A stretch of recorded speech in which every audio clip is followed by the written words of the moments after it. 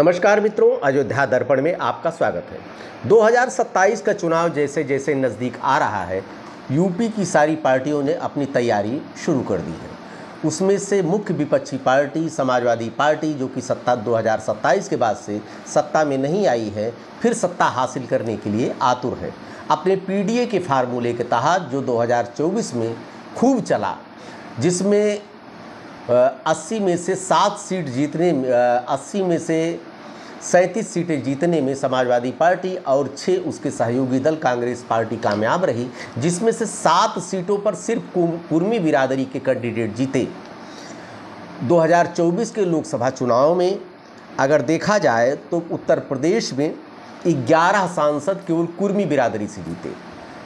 विधानसभा के चुनाव 2022 में कुर्मी बिरादरी के 42 इस समय विधायक हैं। कुर्मी बिरादरी एक ऐसी बिरादरी है उत्तर प्रदेश में जो कि बहुत ही शरीफ, आर्थिक रूप से बहुत संपन्न और खेती किसानी के लिए जानी जाती है। लेकिन जब से जातिवादी राजनीति चल गई है, तब से राजनीतिक अवेयरनेस आना बहुत जरूर, अवेयरनेस तो आ ही गई, एक जागरूकता आ गई। चूँकि 7-8% लगभग वोट है उत्तर प्रदेश में, इसलिए पीडीए के फार्मूले के तहत अखिलेश यादव कुर्मी बिरादरी को साधना चाहते हैं। कुर्मी बिरादरी की अगर नेता की बात की जाए तो इस समय पूरे प्रदेश में सबसे बड़ी नेता है अनुप्रिया पटेल। लेकिन कद तो बड़ा जरूर है, कैबिनेट मंत्री जरूर है, लेकिन कुछ ही क्षेत्रों तक सीमित है।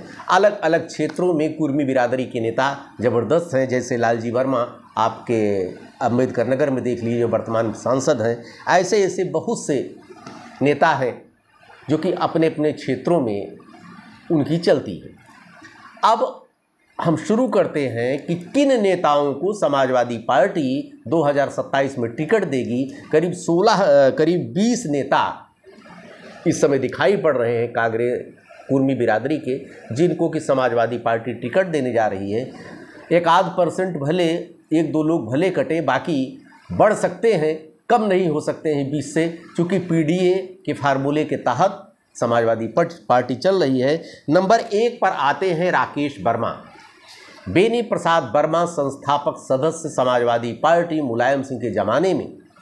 बेनी प्रसाद वर्मा के सुपुत्र राकेश वर्मा जो कुर्सी से विधानसभा का चुनाव लड़ते हैं और 2022 के चुनाव में मात्र 217 मतों के अंतर से वो हार गए थे।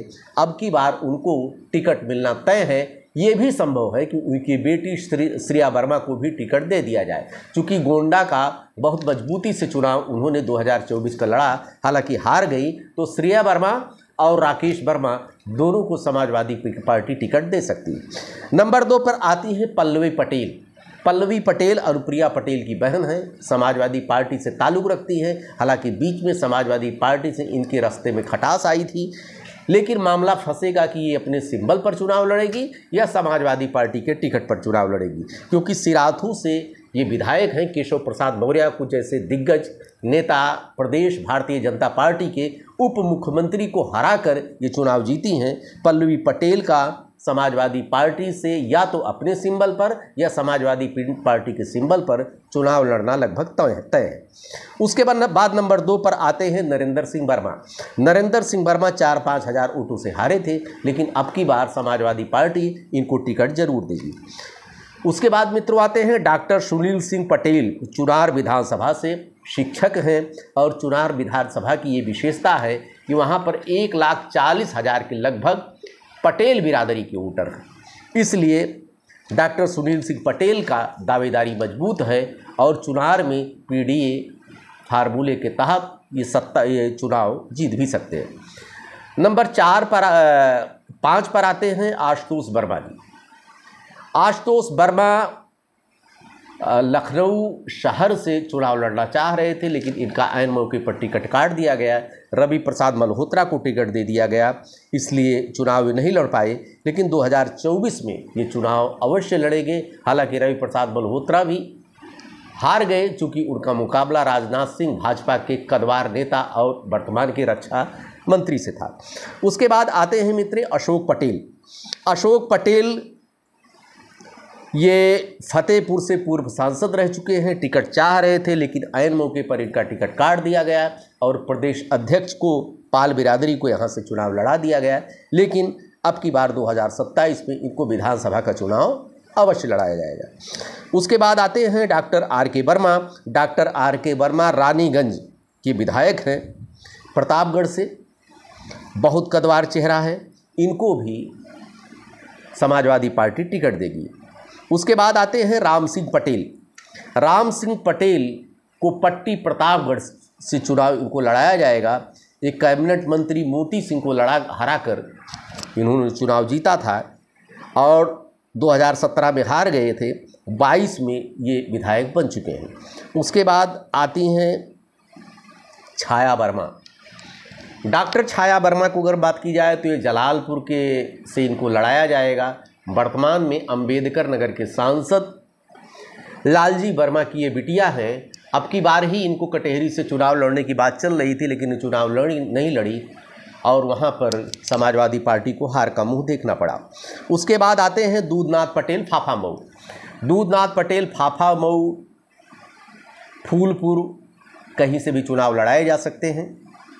5 वर्षों से जिला पंचायत सदस्य के रूप में जीत रहे हैं, कदवार नेता हैं। फाफामऊ, फूलपुर से टिकट इनको कहीं से नहीं मिला, मुस्लिम प्रत्याशी दे दिया समाजवादी पार्टी ने। परिणाम रहा कि दोनों को हार का मुंह देखना पड़ा, लेकिन अब की बार दूधनाथ पटेल को चुनाव लड़ाया जाएगा। उसके बाद आती हैं आस्था सिंह पटेल।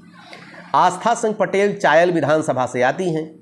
चायल विधानसभा से आस्था सिंह पटेल को अब की बार टिकट नहीं काटेगी समाजवादी पार्टी, इनका लड़ना लगभग तय है। मुगरा बादशाहपुर के विधायक संदीप पटेल। संदीप पटेल जी का भी टिकट लगभग पक्का ही है। उसके बाद आते हैं वीर सिंह पटेल, ददुआ परिवार के हैं, हार गए थे चुनाव, इसलिए ये टिकट खुद ही नहीं लेना चाह रहे थे, लेकिन इनको मान मनौवल करके अखिलेश यादव ने टिकट दिया। हालांकि 1200 वोट से ये हार गए, लेकिन अब की बार समाजवादी पार्टी इनको टिकट अवश्य देगी। उसके बाद आते हैं सुरेंद्र सिंह पटेल वाराणसी से। इनको लग रहा था कि ये प्रधानमंत्री मोदी के खिलाफ ही चुनाव लड़ेंगे, लेकिन चूंकि समझौते में सीट कांग्रेस को चली गई और अजय राय वहां से चुनाव लड़ गए, हार का मुंह देखना पड़ा। अजय राय कांग्रेस के जो प्रदेश अध्यक्ष हैं वर्तमान में, लेकिन सुरेंद्र सिंह पटेल को वाराणसी से समाजवादी पार्टी इनको चुनाव अवश्य लड़ाएगी। उसके बाद आते हैं संदीप पटेल मेजा सीट के विधायक हैं। इनको समाजवादी पार्टी रिपीट कर सकती है, चूँकि विधायक हैं, इनके खिलाफ कोई भी विरोध नहीं है। भागवत शरण गंगवार पीलीभीत चुनाव लड़े, हार गए, लोकसभा का टिकट इनको नहीं मिला, लेकिन अब की बार भागवत शरण गंगवार जी को समाजवादी पार्टी जरूर लड़ाएगी। उसके बाद आते हैं मित्रों बाजीगर वर्मा लम्हुआ से। ये थोड़ा सा सीट कॉम्प्लिकेटेड है, चूँकि लम्हुआ में पहले से संतोष पांडे ब्राह्मण प्रत्याशी चुनाव लड़ते आए हैं और एक मजबूत दावेदार हैं, लेकिन बाजीगर वर्मा की दावेदारी इसलिए मानी जा सकती है क्योंकि पीडीए के फार्मूले के तहत समाजवादी पार्टी चुनाव लड़ेगी, और जैसा कि जानते हैं कि पीडीए के फार्मूला आने के बाद सवर्णों को बहुत ज़्यादा गुंजाइश नहीं। लम्हुआ में के विधायक रह चुके हैं संतोष पांडे जी, लेकिन बाजीगर वर्मा की दावेदारी है, वहाँ पर संतोष पांडे जी का टिकट कट सकता है, इसलिए 27 से चुनाव अभी दूर है, फिलहाल देखिए क्या होता है। उसके बाद आते हैं चौधरी अतुल चौधरी बस्ती के वर्तमान में विधायक हैं, इनका भी टिकट लगभग तय है। उसके बाद निर्भय सिंह पटेल की भी दावेदारी लगभग तय है। अब आगे क्या होता है, चूँकि 2027 का चुनाव अभी दूर है और प्रत्याशी चयन में जहाँ तक हमारा अपना आइडिया है कि इन्हीं पर दांव लगाएगी समाजवादी पार्टी, लेकिन क्या होता है भविष्य में, चूँकि चुनाव के परिणाम बनते और बिगड़ते रहते हैं। ढेर सारी शुभकामनाएं, देखते रहिए अयोध्या दर्पण। धन्यवाद आपको।